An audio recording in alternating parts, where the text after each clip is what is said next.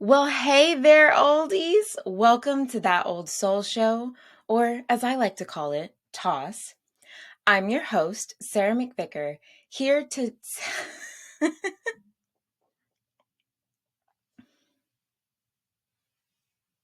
Okay, starting over.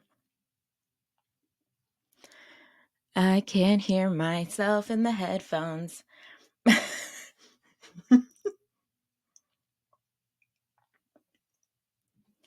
Well, hey there, oldies. Welcome to That Old Soul Show, or as I like to call it, Toss. I'm your host, Sarah McVicker, here to celebrate timeless tunes, iconic videos, and groundbreaking films. This is the show for the old souls with fresh takes, diving into the classics we love and the visionary art that made us feel something. So grab your headphones, turn up the volume, and let's vibe through the rhythms, reels, and stories that make life unforgettable. Welcome to That Old Soul Show.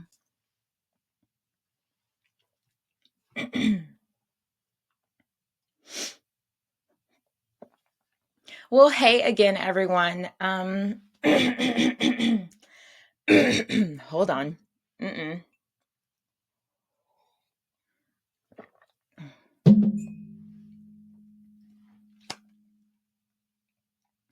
Well, hey again, everyone. I'm so excited and grateful that you guys are here. And I want to apologize. I know it's been quite a little minute since I have posted any episodes. And I have to apologize. I have been ripping and running, which is not an excuse. I love being a little busy, but I neglected you guys and I neglected the show and my recording schedule, which is very important. And although at the same time, I was also working on the show because it takes a lot for me to research topics and I just want to give you guys good content and I want to get my facts right. Now I understand there may be a day where some stuff might not be correct. However, I apologize for that in advance, but I do my best so that that does not happen. But in turn, I also got really sick. So, lesson of today of life, listen to your body because if you don't take time for yourself, your body will force you to take time for yourself. So, doing all that ripping and running, although it felt good in the moment, it really was to my detriment. So, I was a little under the weather, but we're back and better than ever. And I have a couple more episodes for y'all before we wrap up this season. And so I'm really excited about today's topic. We are talking about albums that are no skip albums or even constantly on repeat for me. But of course, before we get into that, y'all know I have a little game, a little trivia for y'all. So the question for today is, as if is a famous line from what movie? Is it Pretty Woman, Never Been Kissed, Clueless, or Jerry Maguire? You have to stick around until the end to figure out the answer. But let's turn it over to what I have been tuning into. And I have been super excited to talk about the Grammys with y'all because the Grammys is my Super Bowl. The Grammys is, I don't want to say it's my Oscar. I do enjoy watching the Oscars every now and then, although, eh, eh. But you're a filmmaker. Well, music. Isn't that really primarily what y'all are here for? The music? I mean, yes, we talk about films a little bit, but we're primarily here for the music. And so for me, the Grammys is my show. The Grammys means so, so much to me. Like, I stay off of social media. I don't want to text anybody. I don't want anybody calling me. I am locked in, okay? Because I want to know how they're producing it. I want to see the performances. The performances. And yes, we're about to get into the performances because, baby, the Grammys was actually pretty good this year. And, you know, for Black History Month, baby, we was sleeping some of them categories, okay? Don't be mad. Don't be mad. It's just truth. It's just truth. No shade. But yeah, so I normally am not someone who cares for spoilers. I'm a writer, I'm a filmmaker. Like, you really can't spoil a movie for me.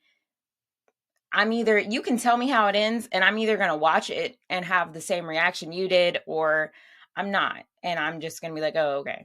I figured that's what was going to happen. Like, you can't really spoil a movie for me or a TV show. But an award show, and especially the Grammys, nope. I don't know. Don't tell me nada. Don't tell me anything. I don't want to know. I'm going to find out for myself. Okay. Now that would really irritate me if somebody spoiled the Grammys for me. I'm going to look at you cross-eyed and crazy. But with that being said, I do want to share some of my favorite performers. First off, Sabrina Carpenter. Seeing her glow up has been so amazing. Like, the fact that she was so underrated for a very long time. And because I remember when I was doing a internship with Seacrest Studios under the Red Balloon Network. Takes place in a hospital, children's hospital to be exact. And we would always play I believe it's called Why. So we would play that a lot. And, that got me into a lot of her other music. So now that she's finally more mainstream, it's really exciting. And I have to say, like, her performance was so funny and lighthearted. And I love how she even paid tribute to Goldie Hawn. At least I believe that was Goldie Hawn, a Goldie Hawn tribute. I feel like I've seen that somewhere before. And then I thought it was really clever how she did a verse of Please, Please, Please before going back to Espresso. So it was like, I'm going to give you a little taste, no pun intended, but hey, she won. So I guess all puns intended. And it was just a really fun performance. And I feel like the glitz and the glamour of Hollywood, or old Hollywood rather, never really gets boring in my eyes because people always find a way to make it new and fresh and still relevant. And I think that we need that. We need a reminder of old Hollywood, the glitz and the glamour, not, of course, the mistreatment and all of that. And of course, we don't get into that on this channel. And if you're watching, sidebar, if you're watching on my YouTube channel, starring SZA McVicker, hi, welcome. If you're new here, I thank you. I'm glad you found me. Please subscribe, like, share, all those things. Join the fellow oldies over here. But anyway, back to the original programming. Another performer who I'm telling you right now, I have to see this woman in concert. I have wanted to see this woman in concert. Concert? I think I said that right. It sounded weird in my head. Since Yucky Bucky Fruitcake. Okay. And excuse my French because I really try to be very professional and like with it. But bitch, I love me some Doechii. Okay. First of all, I expect nothing less than a great, stellar performance from start to finish. You can just tell with every performance that she's dedicated and she pays attention to every little detail and she reinvents herself and the performance and the arrangement every single time she gets on that stage. And that's why she won. But okay, I'm getting ahead of myself. Another stellar performance and another person who I've talked about on this channel quite a bit, Ray. I saw somebody on TikTok called her the sober Amy Winehouse, and I about lost it because why? Why? It's just rude. Is it though? I don't know.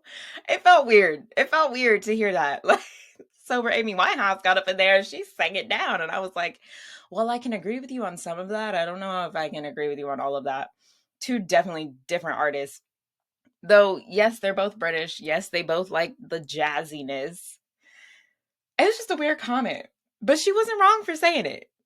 Can't remember her name. Saw it in passing on my For You page and kept scrolling. But just thought that was hilarious. Again, I waited because here's the thing.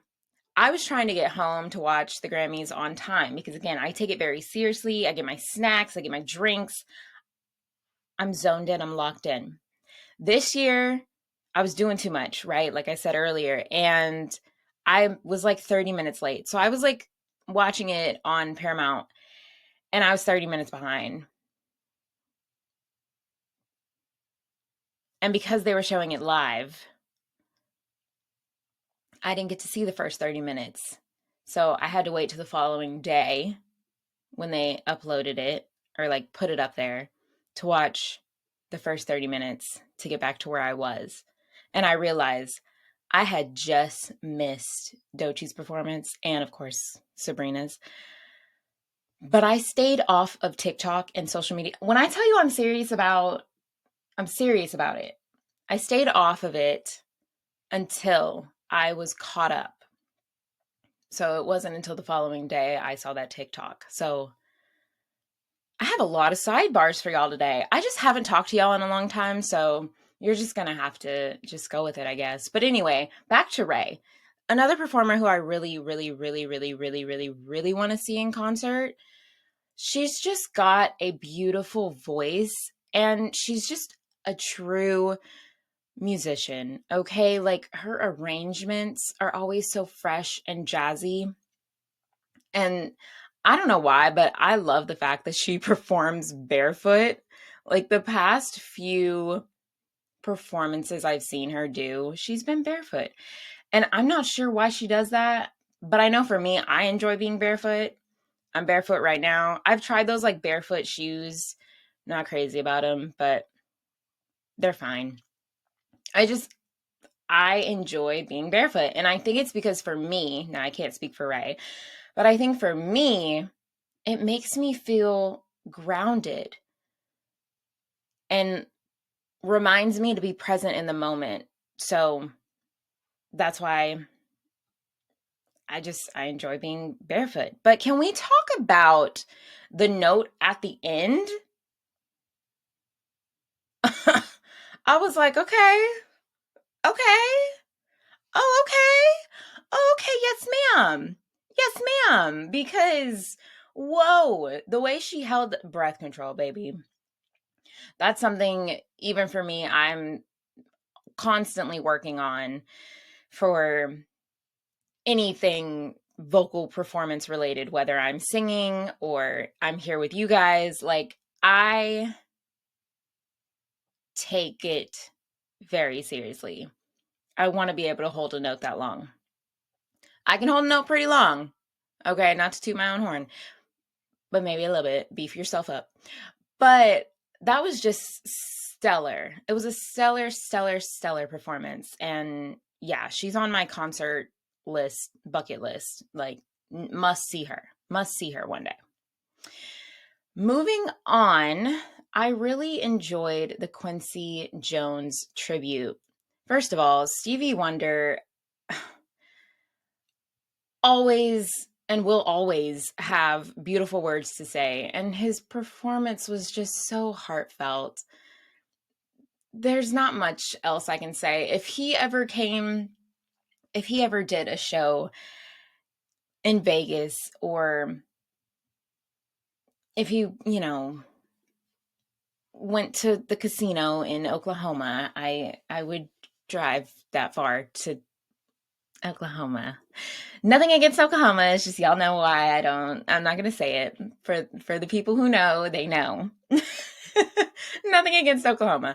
They have a pretty good venue. So, I mean, I've had the pleasure of seeing Diana Ross there. So, and who else did I see? I think I saw Cat Williams as well.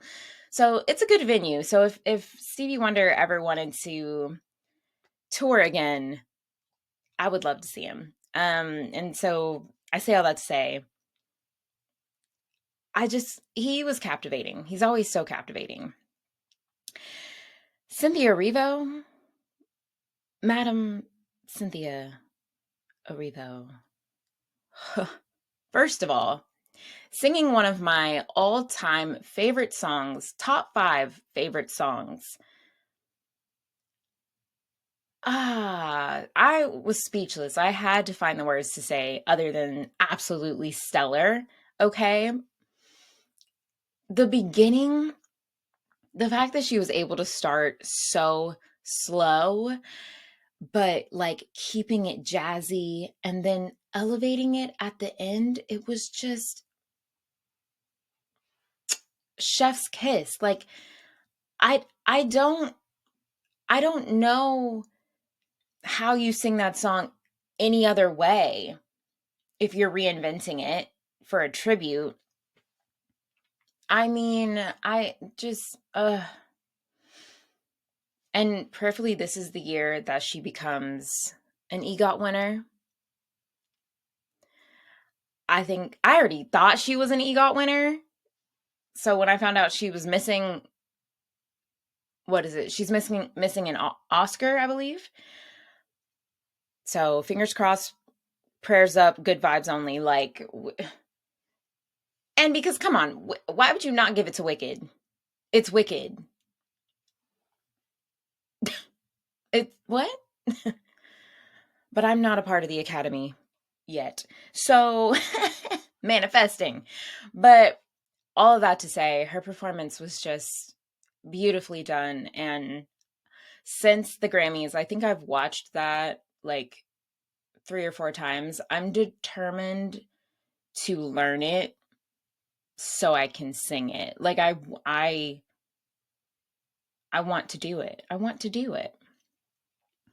And then of course, we had to end with the spectacular float singer. Okay, Miss Janelle Monáe. Well, actually, I don't know if those are their pronouns, so forgive me. I'm sorry. Janelle Monáe, they did a Michael Jackson performance and had every move precise and down pat. So the Quincy Jones ensemble tribute performance was well thought out. They really took their time to pick people who would do it justice. And overall it was a great tribute. And the other thing I saw on TikTok was the Grammys was very black this year. I thought that was hilarious because of the Quincy Jones performance, Doechii winning, which we're about to get into the winners here in a moment. You know, Beyoncé winning, Alicia Keys getting, I forget what the name of that award is, but I thought it was funny, but also very true. Very true. So now moving on to the winners, let me pull up the winners on my phone so that we can see, and I can get it right. I already have some of them, of course, off the top of my head, but I'll go through a few categories that I liked. That here's the other thing. So I pride myself in being, I'm going to say 8 to 9 times out of 10 correct when choosing the winner. I don't know. I think I have a knack for it. The only 2 that I was wrong on, although in my heart of hearts, I knew she was going to win, but at the same time, I was prepared for her not to win. And that, of course, is Beyoncé. And we'll get into her a little bit later. But first of all, and this is no disrespect to any other nominees in the category, Doechii deserved Best Rap Album for Alligator Bites Never Heal. First of all, it was a mixtape. And then mama got up there and said, focused on my sobriety, and the Lord said he would bless me or reward me. And did. Okay, and did. And it shows, and it's I got a little emotional during her speech because it was well deserved. She deserved to win. She deserved the accolade. Like, and again, no offense to anybody else, I didn't see anybody else taking that home. I really didn't. Let's see, we've got Not Like Us sweeping all 5 categories.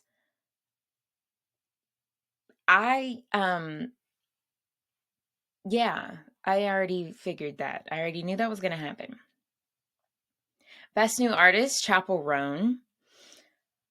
I will say I got that one right as well, because I was stuck between Sabrina Carpenter and Chappell Roan, but I had a feeling. I was like, they both had really big years, but I just kind of had a feeling Chappell Roan was going to take it. And she did. And then, she got up there and was talking about healthcare and facts. Facts. I don't even know the logistics of that or like how that would work. Somebody in the comments, please let me know how that works. If that's logical. Actually, it is logical. I'm not saying it's not logical. I guess, yeah, I just logistically don't know how that would work. And what's stopping them from doing that? Yeah. And then, of course, Short and Sweet takes it home for pop vocal album. We love that. Music video, Not Like Us. Now, I will say this. I knew that was going to win. But if I remember the other videos that were in that category, I believe Taylor Swift by A$AP Rocky was nominated in that category. And we've talked about that video before in the Surrealism episode. So if you haven't checked that one out, please go back and check it out.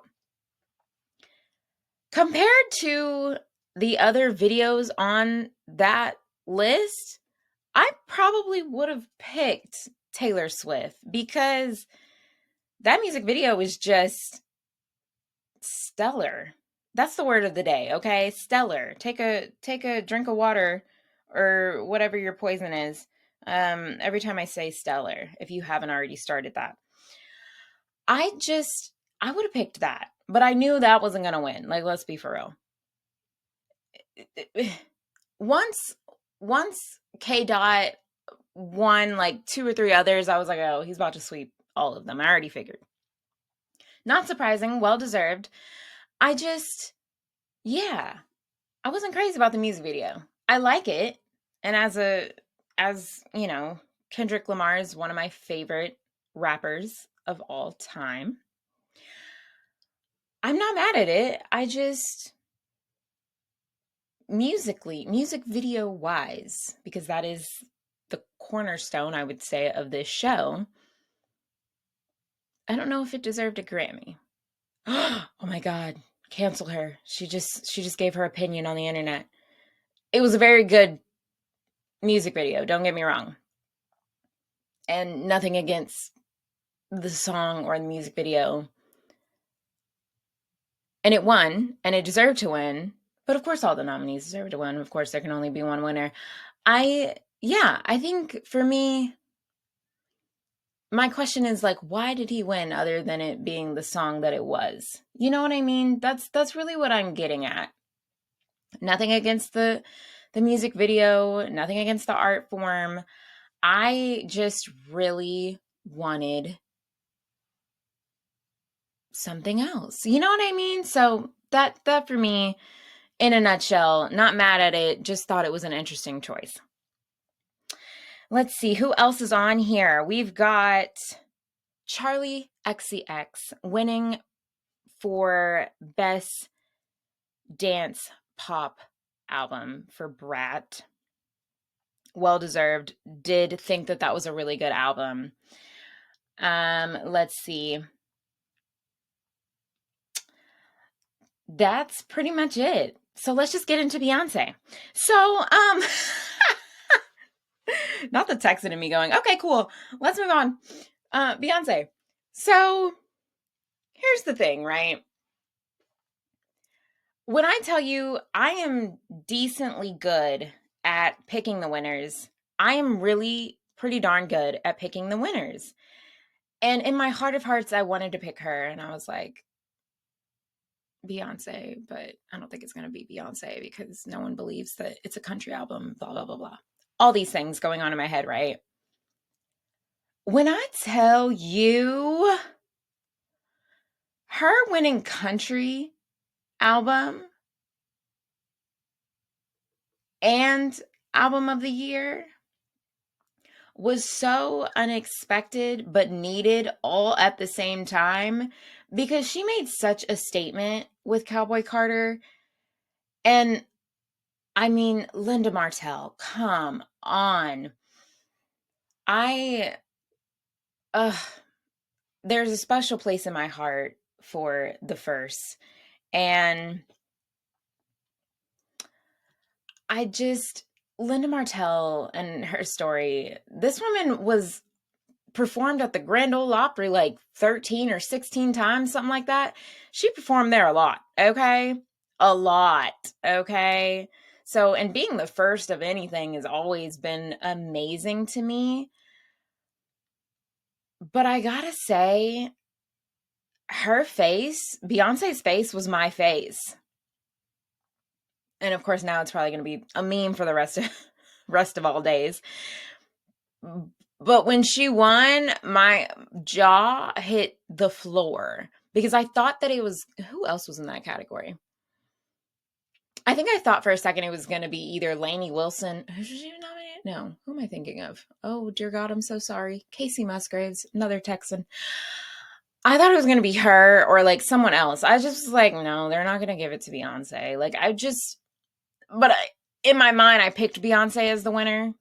And so in that respect, I got it right. Although I said out loud, because I'll always say it out loud before they announce it.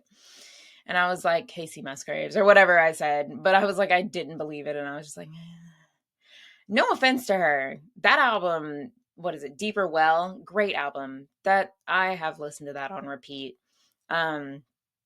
So kudos. But what I wasn't expecting, although I guess I should have, was the hate train that followed. Now, I'm not going to get into the Pacifics? That's an ocean, Sarah. Okay, specifics. I'm not going to get into the nitty-gritty of the hate train. And it really shouldn't have been surprising to me because, you got people left and right saying it's not a country album. While I hear what they're saying, here's the thing for me with Cowboy Carter. Beyoncé herself said it was not a country album. It's a Beyoncé album. Okay, fine. You've made your point there for everyone who wants to argue that it is not. Maybe it is not your definition of pure George Strait, Keith Urban, Jason Aldean country. But it definitely has country influences. And so for me, that is why I have to say, I think it's one of my favorite Beyoncé albums. And I love that she won Album of the Year for this album and for Cowboy Carter in particular, because used to say I spoke too country. Then the rejection came and said I wasn't country enough. Huh. That right there lets you know I don't give a damn. I'm doing this for me. I'm doing this for the history of country music, and I'm doing this as a rebellious act, if you will. And I appreciated that she won. I know some people believe she should have won Album of the Year for Lemonade, and that was a damn good album as well. But this, Cowboy Carter, and I do want to go to the concert. I'd be lying if I said I didn't. I went to Renaissance, so if I don't get to go to this one, I'll be sad, but I'll survive. Also, too, because I'm curious how she's going to do this tour. Renaissance, of course, was dance and all of that. This album feels more like a listening album to me, where you just kind of sit and you're in it. Although I would argue songs like Spaghetti, I would love to see her perform that live because whoo-hoo. But I say all that to say, I'm really happy that she won, and that she won it for an album that she's been working on for years. Time and dedication. And people want to talk about how many writers and how many people were credited on the album. Do you know how many people it takes to make a movie? And then the producer gets to take home the most coveted award at the end of the night. So really and truly, by honorary stance, them 51 writers and credits just won a Grammy. You know, maybe they don't have it in their house, but like, they kind of got a little bit of bragging rights. You know what I mean? So, all y'all can be mad. All y'all can be mad. And I'll say this boldly, and please, Beehive, don't sting me. I'm kind of new to Beyonce, if I'm being totally honest. My favorite artist of all time is, of course, my queen, Mariah Carey. And that's nothing against Beyonce. That's just who I grew up with, who I resonated with more. But then I was able to go to school, and I was able to find my tribe. And they really and truly introduced me to Beyonce in a different light, because I never had that experience. I primarily went to all white schools, all right? Nothing wrong with that. That's just my story. And so experiencing Renaissance with my tribe of people and getting to experience Beyonce in a different light, I'm more into Beyonce than I was a few years ago. I already knew she had a spectacular voice. I already knew she was amazing, and I wasn't discrediting her for that. But for me, I've only recently been kind of a little simmeringly obsessed with Beyonce. So for me, I wouldn't consider myself a part of the Beehive. I'm just an admirer of Beyonce, and I'm an admirer of her work ethic. And I feel like if there's not already, there should be a business class on just how Beyonce is so successful. That to me is inspiring. And so that's another reason why I've really appreciated being able to be in this new era of Beyonce. And so I'm grateful. I'm grateful. I just went on a whole Beyonce rant. Okay. Well, thanks for coming to my TED Talk. But that is what I have been listening to. That's what I was tuned into. Booty in the Seat. If you watch the Grammys, please tell me your thoughts. I want to know. I want to finish this discussion, am I in the hive? I mean, I don't know. I don't know. I definitely don't want to ruffle any feathers or anything of that nature. So I just wanted to say my piece. Okay, I'm sorry. But let's spin the record back. Let's deep dive into the history of paparazzi. I think that this is a fitting little history segment for us, considering that we just had the Grammys.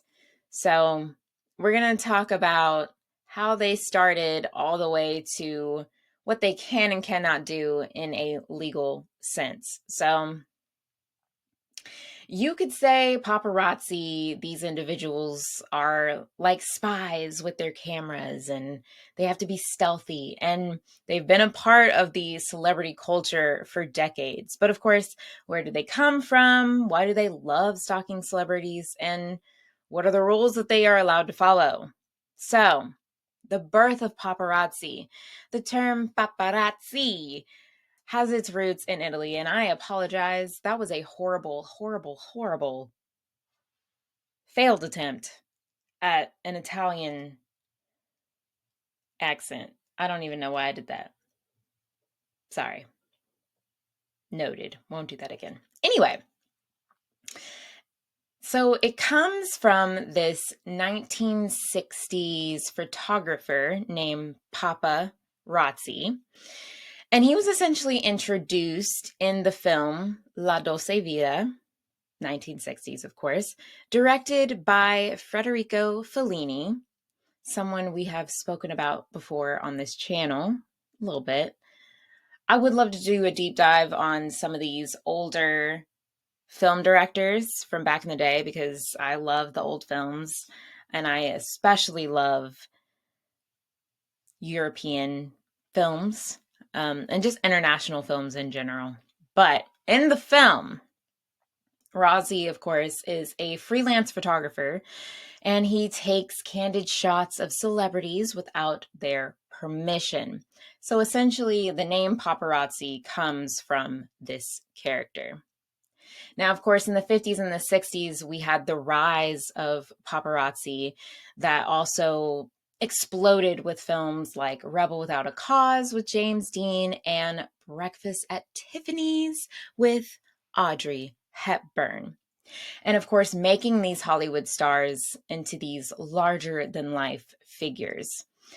Photographers saw a golden opportunity, and they knew that they could make a lot of money by capturing these intimate, unguarded moments of these stars. And so thus, a new career was born. So how did paparazzis get their fame? So essentially, how did they become the phenomenon that we know today? So in the 1980s and 90s, that was probably the biggest year for the paparazzi industry. Celebrities like Princess Diana, Madonna, and of course, Britney Spears were brought into the limelight. Their lives were full blast into the spotlight, into the camera, okay? And what made things even more interesting was the rise of tabloid journalism. So, figure these huge gossip magazines that had these exorbitant appetites for scandalous celebrity photos. One that I remember back in the day when I was growing up was Perez Hilton. He was a big one when I was young. He was a pretty big one. And then, of course, we also have to remember when the photographers relentlessly pursued Princess Diana. And she's a great example of how the paparazzi started pushing boundaries. Tragically, of course, Princess Diana died in a car crash in 1997 while trying to escape from pursuing paparazzi. So, this is kind of the incident that sent shockwaves throughout the world and highlighted just how invasive the paparazzi had become. But the paparazzi, of course, was not going anywhere, okay? In fact, the internet and social media made them even more relevant. And today, platforms like Instagram, X, and TikTok, they give us these instant access to photos of celebrities and sometimes taken by amateur photographers who just want to be a part of the public, okay? Paparazzi culture exploded as a result of this digital revolution. So, what can and can't the paparazzi do? All right, so let's get into the rules. Paparazzi, let me take it back a second. I believe, because of Princess Diana's tragic car accident, I think that's when people really started to start the conversation of the legality and what is permissible. Okay, so paparazzi, they're not free to do whatever they want just because they have a camera in their hand. There are legal lines that they cannot cross. And even if their goal is to snap the most famous photo ever, in many places, paparazzi laws are designed to protect celebrities from harassment while also balancing the freedom of the press. So, what can they do? They can, of course, take photos, public photos. As long as the celebrity is in a public space, the paparazzi are allowed to take pictures of them. So, think red carpet events like we just had at the Grammys, other public events, or even walking down the street. That is a public space. Now, if a celebrity goes to a public event like a concert or a football game, paparazzi can be there to snap photos as long as they're in that public space. And of course, the goal is to sell their photos to the tabloids or magazines. So once they get those shots, the paparazzi sells them. And the value of the photo of the star caught doing something unexpected can be sky high. So there is a pay scale. The amount varies on what they get paid for a single photo, and it includes a number of factors. So you've got the exclusivity of the photo, the celebrity involved, the context of the photo, and how much demand there is for it. So some rough estimates. They have basic photos, so standard non-exclusive shots like a celebrity out on a casual stroll, where they might earn anywhere from $100 to $500 per photo. These are the types of shots that might be sold to celebrity gossip magazines or online tabloids. Now, exclusive shots, if the photo is exclusive, meaning it's sold only to one outlet, the photographer can earn an even higher fee. These photos go anywhere from $1,000 to $10,000 or more, depending on the situation. Exclusive shots are usually more valuable because they guarantee that no other outlet will have the same photo, of course, making them more desirable. High-profile shots are when a photographer captures a rare or dramatic moment, such as a celebrity caught in a scandalous situation or emotional moment or major life event. So getting arrested, breaking up with someone, or even a wedding. And for these photos, the paparazzi can earn up to $20,000 or more, actually, for the image. And in extreme cases, such as the photos of Princess Diana or other big stars during major events, prices skyrocket even more, with photos going up to $100,000. Now, there's difficult or even dangerous shots. Sometimes the paparazzi might take photos in risky situations like chasing a celebrity down or sneaking into private areas. And when I thought about this in my research, I thought of Shia LaBeouf because he is not here for it when it comes to the paparazzi. But these photos can sometimes result in even higher payouts because of the difficulty and danger involved. So it's clear that while a paparazzis or paparazzos, I believe that's the plural, their paycheck can range from modest to very lucrative. It often depends on timing, exclusivity, and the celebrity involved. But what can they not do? They cannot stalk or invade privacy. The paparazzi is not allowed to follow the celebrity into private spaces like their home or private property without permission. So this means no hiding in the bushes or following them to their cars. They're also not allowed to trespass. So, if they go on that private property, like the celebrity's home, that is illegal. Just like how we have laws to keep people from breaking into our homes, celebrities get that protection too. Why? Because they are people. They're still human beings. They just have a lot of fame, acclaim, and money. Okay? Okay. But they still go to the bathroom the same as we do. Okay? They still pay bills like we do. Okay? And they still bleed red like we do. Okay? Okay. Still human beings. Still human beings. So just, boundaries. That's really the case in point. Boundaries. Okay? No trespassing. They're also not allowed to use drones inappropriately. So while drones are amazing for taking photos from above, it can't be used to invade someone's privacy. Celebrities have filed lawsuits over drones being used to capture them in their private moments. So, like, somebody just, chilling by their pool, and you got a little drone coming overhead, snap, snap, illegal. No, lawsuit, not happening. Not happening. Another thing they can't do, of course, is harass or cause distress. So if a photographer's actions are deemed harassing, like blocking someone's car so they can't get out, shouting things at them, or even making them feel threatened, they can face legal consequences.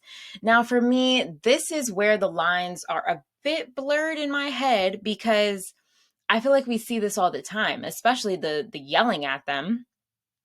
They're just trying to walk to their car and, hey, Brittany, over here, snap, snap, snap, over here. Now that, of course, is most of the time in a public space.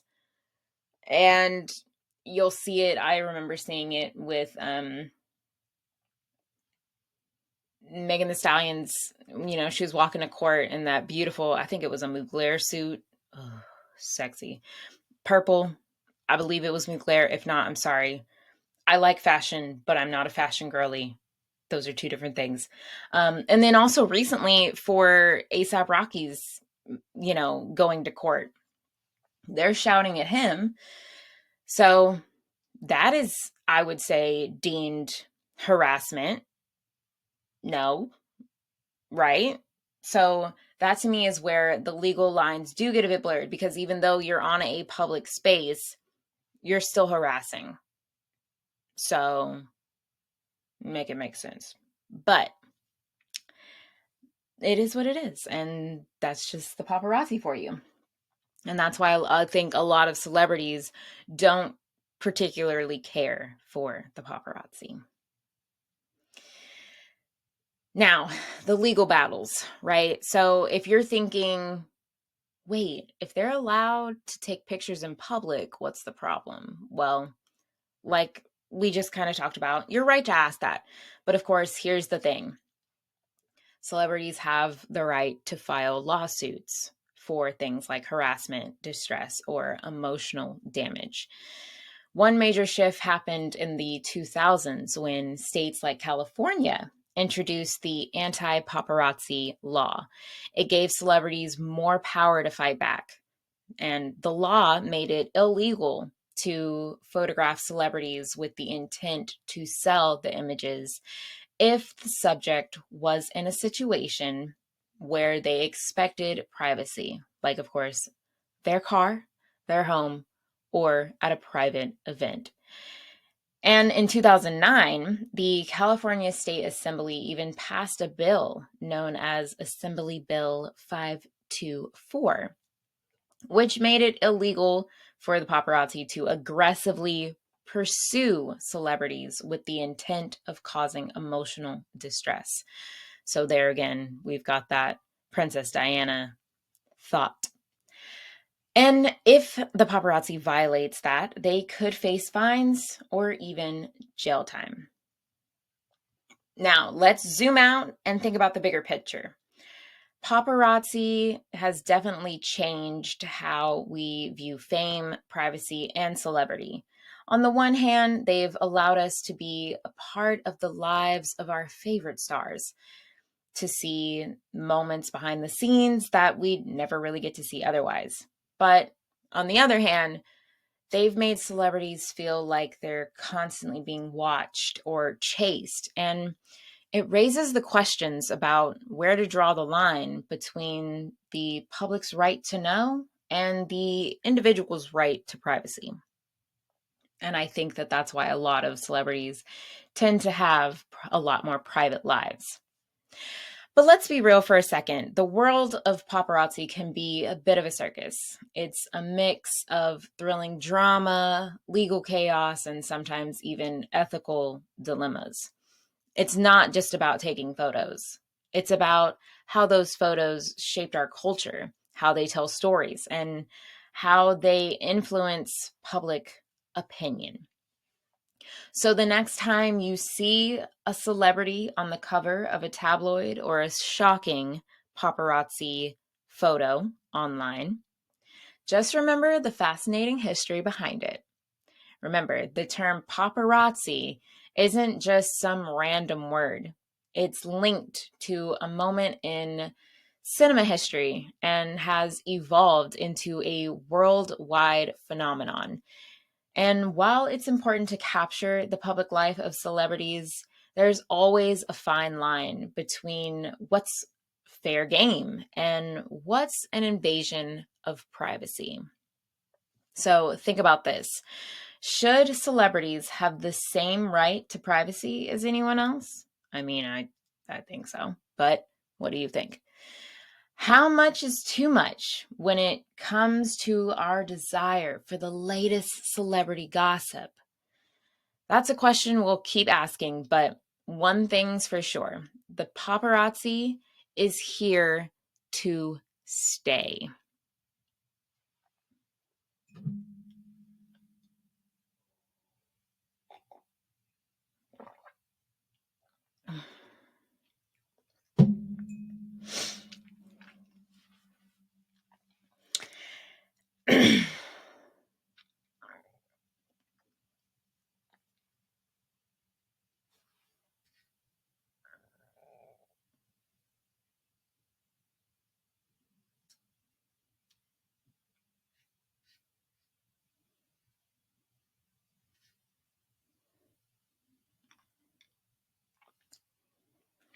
So that was our spin the record back history lesson.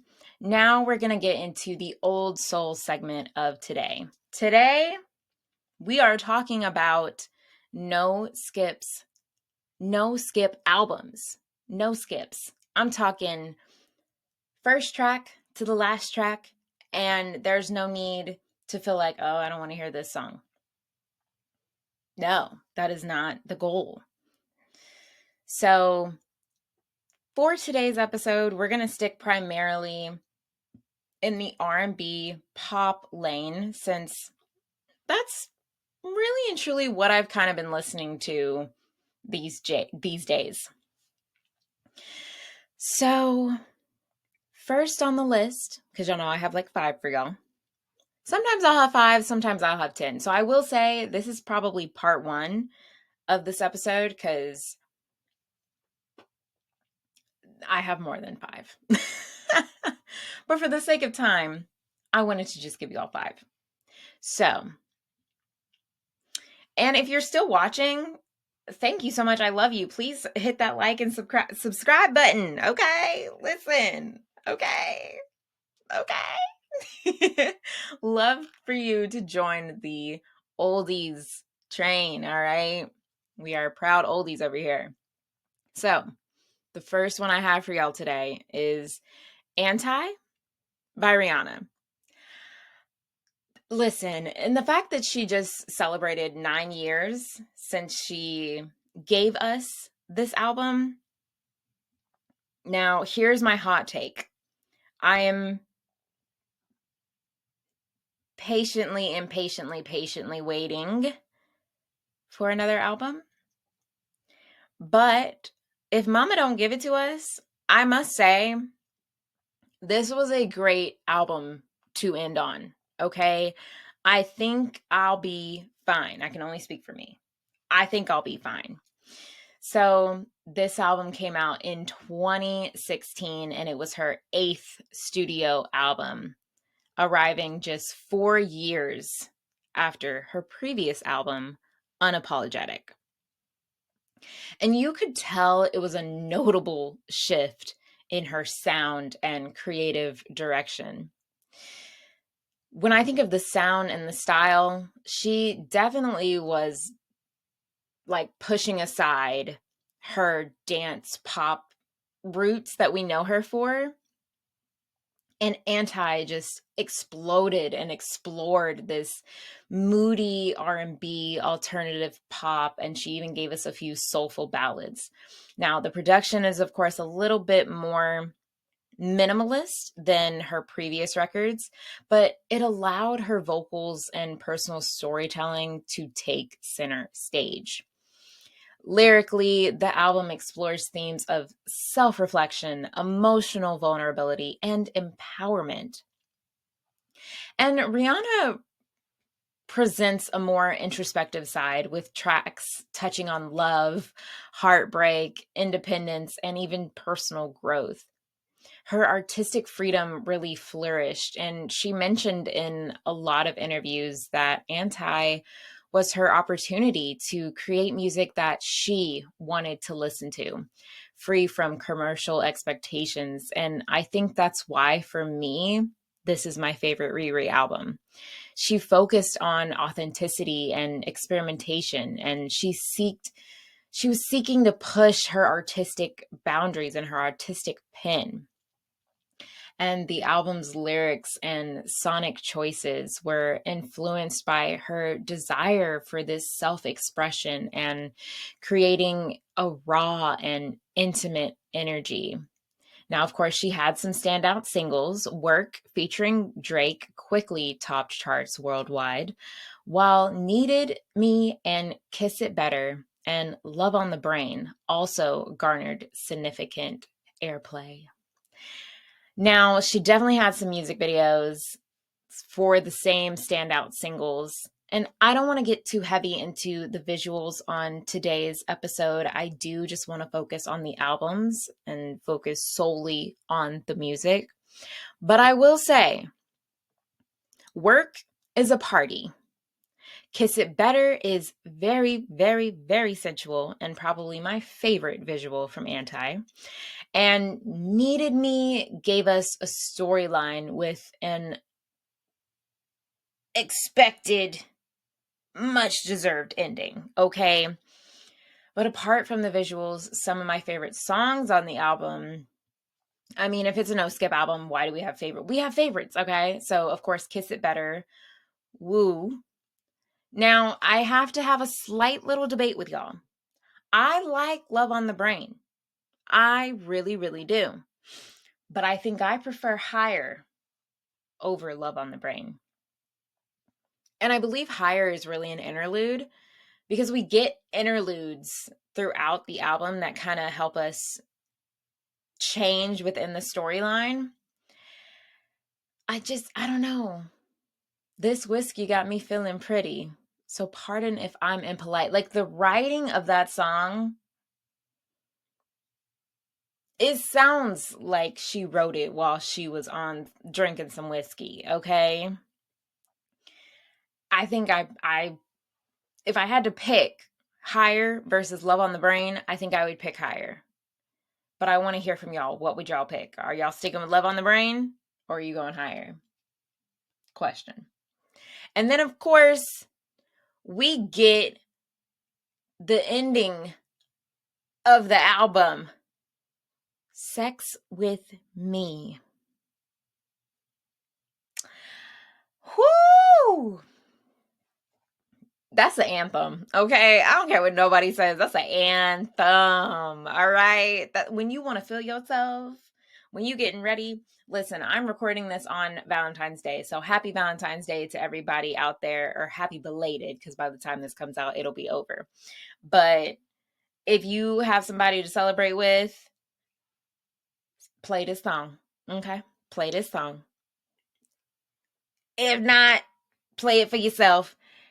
Have a little self-care me day, do you. But that song is just an anthem, in my opinion. And then lastly, I really, really love Desperado. And Desperado was my introduction to SZA.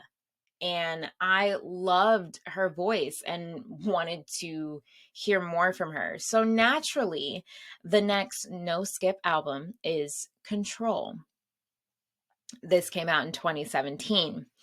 It was her debut album that showed us who she was and what we were going to get from her, and sort of, in my opinion, opened up this alternative R&B sound influenced with these elements of neo soul and hip hop and indie pop. And it's really stripped down and basic, but not in a bad way. Production wise, it highlights her intimate vocal delivery and vulnerable songwriting. Lyrically, throughout the album, SZA offers deeply personal reflections on love, heartbreak, self-esteem, and growing pains. And I would say that that's just her brand. I feel like even with SOS, we kind of got more of that, even more so. The voice memo from her mom and I'm assuming grandma really showcase how she's grown and the wisdom she's taken from the ones that she loves and who loves her and cares about her.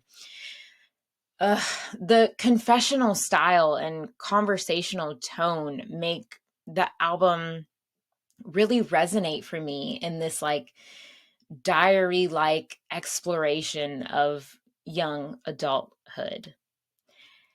I believe in my research, I found that she was inspired by the concept of relinquishing control to gain self awareness. And she uses this album to explore life's uncertainties in a warm, atmospheric sound that mirrors the album's introspective themes. Now, of course, we've got some notable tracks such as Love Galore featuring Travis Scott. But I will argue, I know we all were patiently waiting, patiently, waiting for the alternate version that she dropped on IG a few years later, which she, of course, then put on the deluxe. Love that version. Some other songs were The Weeknd, that really, really set her and put her on the map, I believe. And then Broken Clocks, which really helped. All of these songs really gave her that significant attention, and each delving into complex relationships and personal introspection. Now, of course, the music videos, I'll just go through a few because she really did a music video for almost pretty much every single song, almost. So, Garden, Say It Like That, is green and features Donald Glover. Doves in the Wind is a kung fu lesson with Kung Fu Kenny himself. Kind of feels like a precursor to the Kill Bill music video. Broken Clocks is kind of like a day at camp. Think Lindsay Lohan Parent Trap, but a grown-up version. The Weeknd is different outfits and a sultry dance and beautifully shot. And she shot these visuals for a lot of other songs, so I definitely would say go check them out. And I think that's another reason why I really like SZA. She takes from other art and repurposes them. So like songs like Drew Barrymore, the camp, you know, the Parent Trap, you know, all those things. Kill Bill, like she uses film, and I love that about her. Some of my favorite songs on the album are Doves in the Wind, The Weeknd, of course, Go Gina, Go Gina, Wavy, and I can't forget 20 something. Now, I love her sophomore album, and I love the deluxe of Lana that she gave us. And she even gave us a little bit more after the Super Bowl. And I think she's great at making her fans wait for an album. However, another artist that made us wait and break down the internet when she dropped was Jaguar 2 by Victoria Monet. This came out recently in 2023. Highly anticipated album. Jaguar 2 was a follow-up to her 2020 EP Jaguar. This project continues the journey she started, merging velvety R&B, sultry funk, and disco grooves into this cohesive statement of self-assured artistry. Jaguar 2 blends retro-inspired funk and these disco elements with this like modern R&B production, showcasing Monet's rich vocals and a knack for the catchy yet sophisticated melodies that she gets us. She definitely draws a lot of inspiration from the 70s and the 80s. And I always think about like the horns and these groovy bass lines and of course the layered harmonies. But she maintains a very sleek and contemporary sound. She does a beautiful job of modernizing the oldies, okay? Yes, the soul for the show for the old souls with the fresh takes. That is essentially what Victoria Monet does. I believe she would be an amazing guest one day. I would love to get guests on this show one day. So manifesting. But lyrically, the album explores themes of empowerment, sensuality, personal growth, and the celebration of self. Her writing style highlights her confidence as an artist and a woman navigating love, motherhood, and ambition. I remember watching some of her interviews, and she was talking about how she wrote on My Mama because, you know, postpartum was hard and she just wasn't feeling like herself. She wasn't feeling pretty. And then one day she was like, nah, in her most Taurus way. Nah. And we gotta fix this. So, and it shows, and she did really well because the music video, stellar, okay? Stellar performance. And then having all the generations, like her mama, herself, and her baby. Hazel is so freaking cute. Ugh.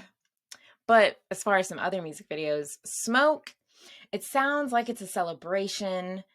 All right, really, there's not much to say. This is probably the best visual of 2024. And if you haven't seen it, please go watch it urgently after you finish watching this. But overall, her music videos and even her visualizers for this album were even cohesive brand wise and, stayed within the theme of her 70s branding that she pulls off really, really well. She has some standout tracks, some standout moments, of course. Smoke, of course, featuring Lucky Day, and Party Girls featuring Buju Banton. I pray I'm saying that right.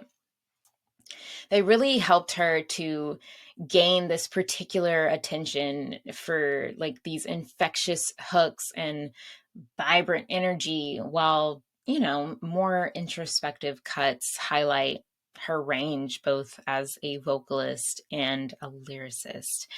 Now, some of my favorite songs are Smoke, All Right, Cadillac, A Pimp's Anthem.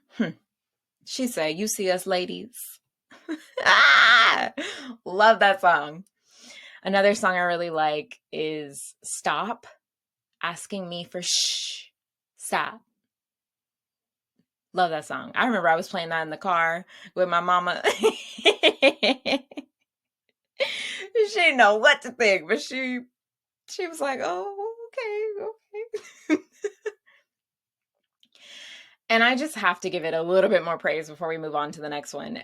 It's just so cohesive. Everything sounds like a collective piece, but also every song stands out on its own. It's truly a masterpiece.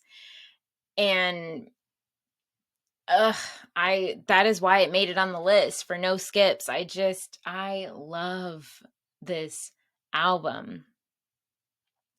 And another album that is a cohesive no skip for me is Kiki Deluxe by Kiana Ledé.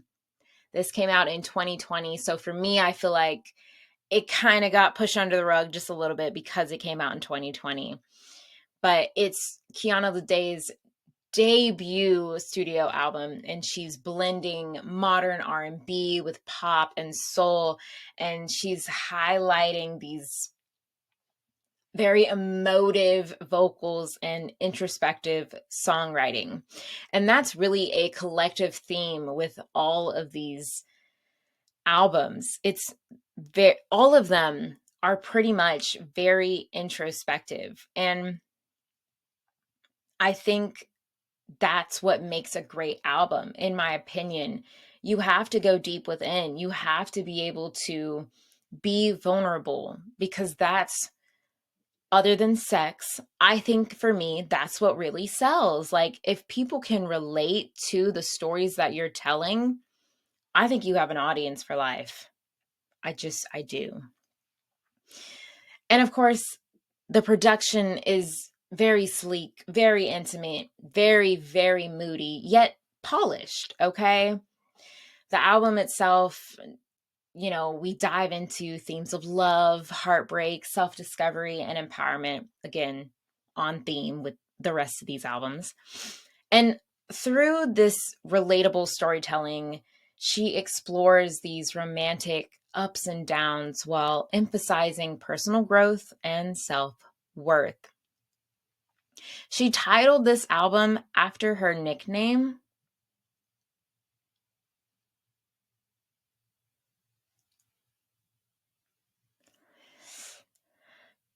She titled this album after her nickname, Kiki, which of course reflects her personal experiences and vulnerability and her overall desire to share her story. She is cited in her own relationships and challenges as the central inspiration, aiming to offer honesty and authenticity. Of course, music videos, she didn't really make any or that many because it was 2020, which again is a shame. And I just feel like she missed her moment, I think, in that sense, to really blow up because it was 2020. And I feel like it didn't get the fair shake. Because in my opinion, she's still pretty underrated as an artist. But I think Mad at Me is a fun vibe, and her girls are with her. And then Chocolate is cute because they used FaceTime to film it, and they let it be the way it was meant to be, because there was little glitches in the video, but it didn't even matter or mess up or take you out of the video. Some of her standout tracks that people really like from this album collectively are, of course, Chocolate featuring Ari Lennox, Crazy, which received special attention for its memorable melodies and raw lyrics.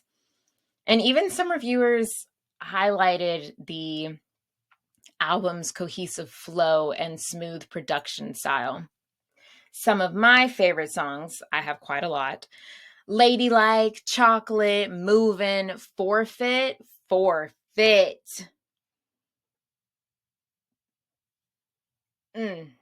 That song, I think if it were a vinyl, scratched, I would have had to buy a new one. Mad at Me is another one I really like. Crazy, Plenty More, Honest, Feel Away, Separation. Like, when I tell you this is a no skip album for me, baby, it is a no skip album, okay? But now,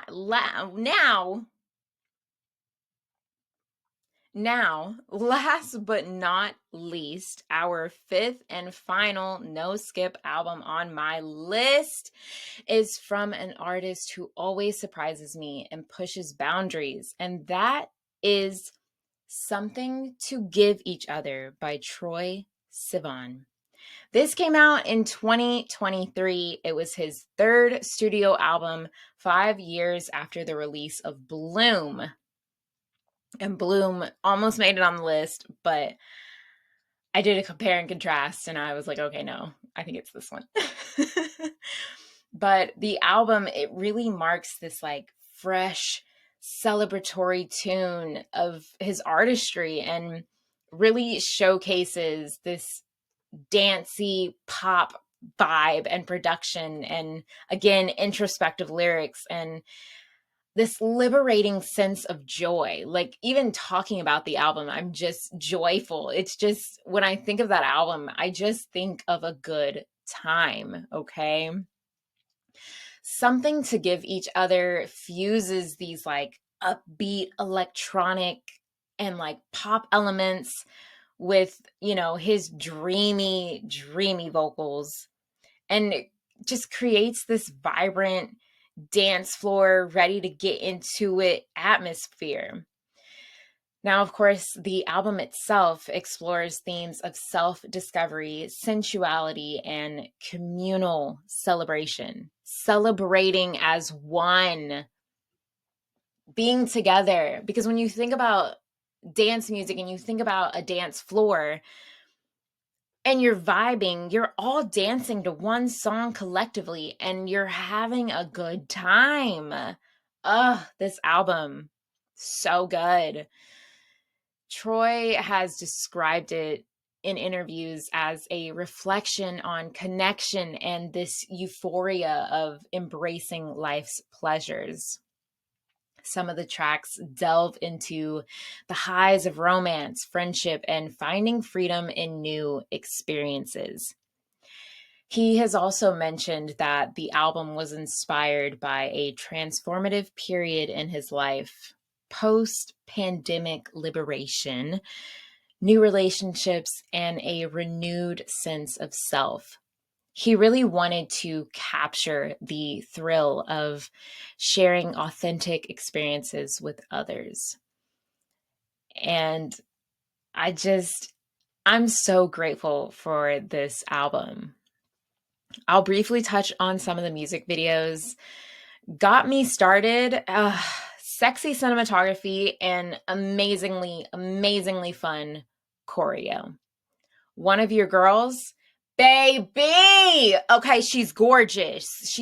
She's giving you all that she can. And that's really all I have to say about that music video. Go check it out. And Rush is just a vibe. It pushes boundaries and its sexual tension is flipping high. Okay? High through the roof. All right? Some of the standout tracks are singles like Rush and, of course, Got Me Started. And this is really where the attention and acclaim for their like catchy choruses and vibrant music videos really came from, and like reflecting on the album's overall theme of celebration and connection.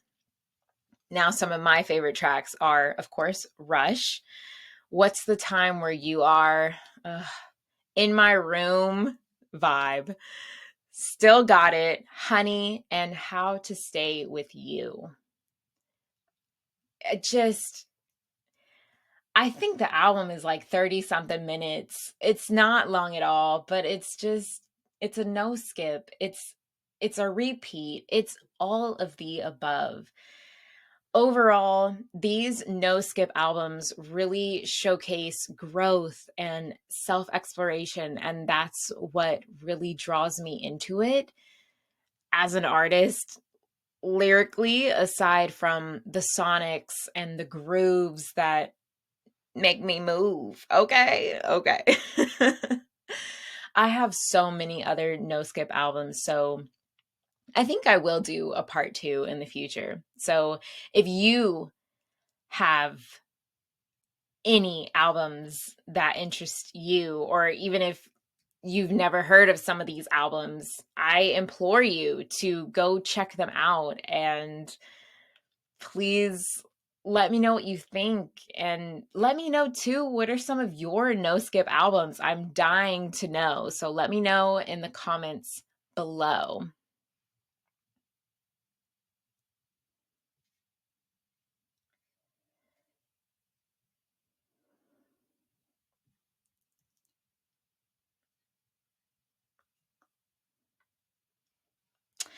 And as we wrap up today, I just want to say thank you so, so much for hanging in there with me.